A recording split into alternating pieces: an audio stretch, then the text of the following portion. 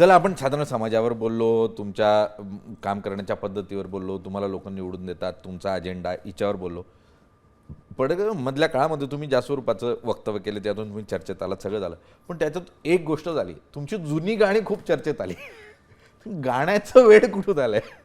नाही, ते आम्ही जेव्हा आंदोलन केलं होतं धनगर समाजाच्या आरक्षणाचं 2018 आणि 19ला, बरं आम्ही काही भूमिका मांडत होतो सभा घेऊन. मला वाटतं तेव्हा आम्ही 32 सभा केल्या होत्या.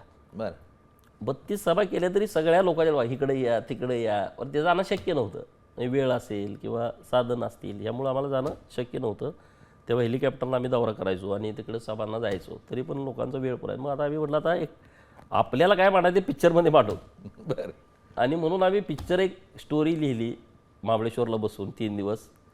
आणि मग त्यात मग गाणी वगैरे त्या ॲटोमॅटिक त्या प्रवाहात आलं. मग आम्ही स्टोरी पण लिहिली, त्याचे निर्माते पण आम्हीच राहिलो, त्यात आम्हीच काम केलं आणि तो पिक्चर लॉन्च केला.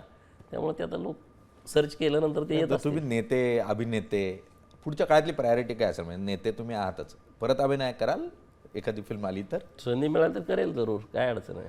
बरं, अभिनय रक्तात आहे तर? आणि असं नाही, आपलं चला काय काहीतरी वेगळं असावं म्हणून करायचं, वेगळा छंद म्हणून करूया. मुळात नेत्यांमध्ये अभिनेता लपलेला असतोच. तो सातत्यानं स्थरकाल सापेक्ष अशा स्वरूपाच्या भूमिका घेत असतो.